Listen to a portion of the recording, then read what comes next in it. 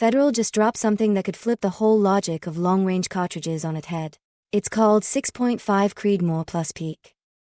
It's the same Creedmoor you've known for years, just loaded into a case made from a patented steel alloy. Peak alloy, and running at 80,000 psi. For comparison, the standard Creedmoor maxes out at 62,000 under SAMI. That's an 18,000 psi jump, and it buys you roughly 300 feet per second more velocity. Sounds beautiful. But today we're not talking about what Federal wants you to hear.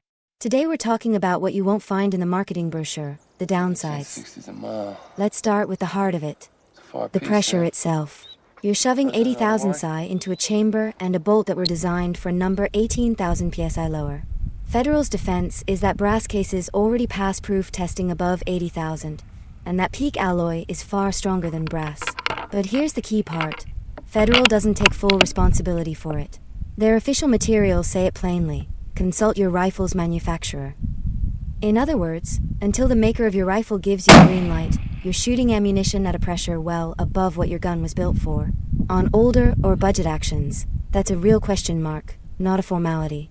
Second thing, and this one's aimed straight at the high-volume shooters, is throat erosion. Federal claims wear is comparable to standard Creedmoor, but as one reviewer pointed out, comparable is not the same as the same. You can't cheat physics. More pressure means faster throat wear.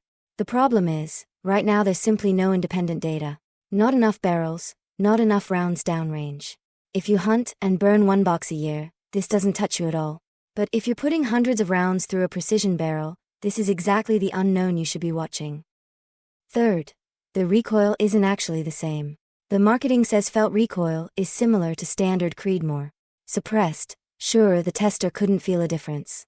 But unsuppressed, on a muzzle brake alone, the recoil was sharp. The reviewer described it as closer to a real 6.5 PRC than the Creedmoor it's supposed to imitate.